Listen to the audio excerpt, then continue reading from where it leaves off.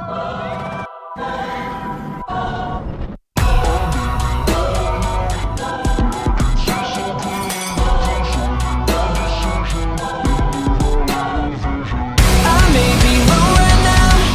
I can see so clearly, there's only one decision in the valley of vision.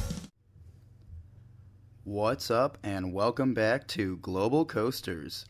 This is Ken, and today we're reviewing the new for 2024 Top Thrill 2 at Cedar Point.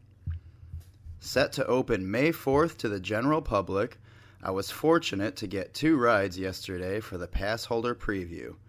And man, oh man, you guys, it is really good. I was a little more than skeptical after the renderings and layout was released, with the main concern in the launch, as Dragster had previously ranked quite highly for me out of pure adoration for this launch. But with newer train designs and ride layout, the experience has changed drastically.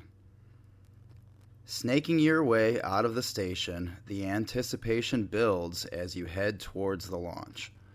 Pausing for a moment to take it all in like before the first initial pass of 74 miles an hour. There was a noticeable punch to this launch, and it was great fun regardless, but I did feel a little underwhelmed with the amount of track needed to cover and the time it takes you to get to that speed. Nonetheless, you head partially up the 420-foot tall top hat in one of the more surprising moments. The positive forces, airtime, and stomach-dropping sensation, even at this height and speed, had me floored. Free-falling backwards till the second reverse launch, ripping down that track, going faster and faster till you hit 100 miles an hour. Slamming you forward with positive forces as you rocket up the insane 420-foot tall reverse spike. Wow. This was incredible. The feeling of that much force shoving you that high in the air was absolutely breathtaking.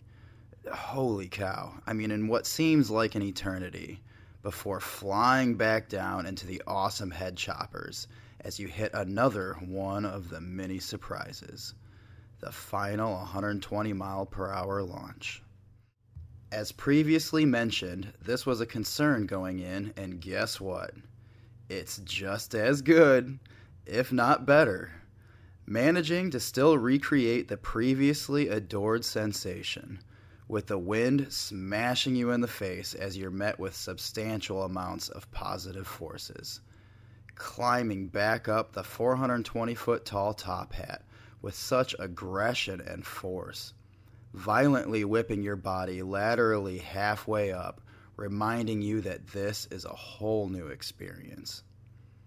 Unfortunately, was only able to get 2 rides in the middle, but regardless, you're met with absurd amounts of airtime at the top.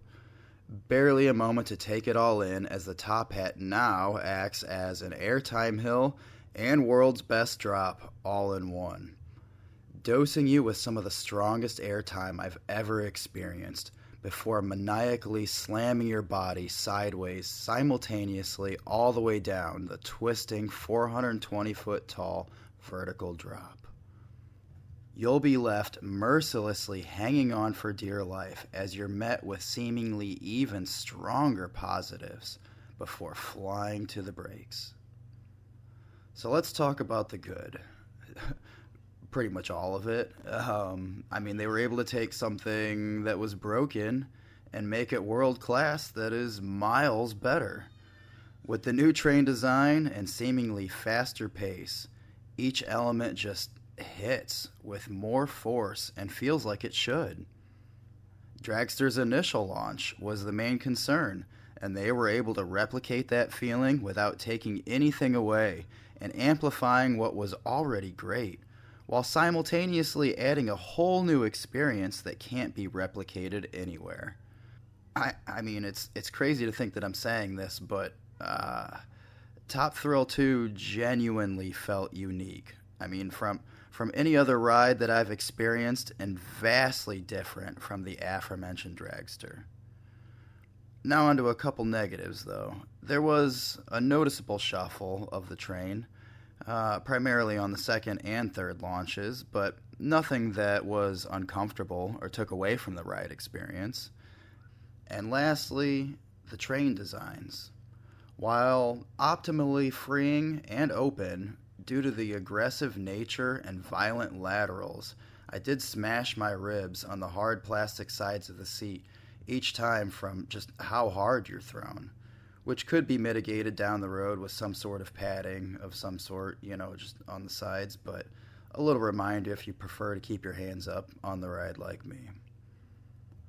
Also, the line for the metal detectors can get super long right now as it has issues each time the coaster launches. Otherwise, the lockers were free, so I'm not sure how long that trend will continue, but very welcome nonetheless.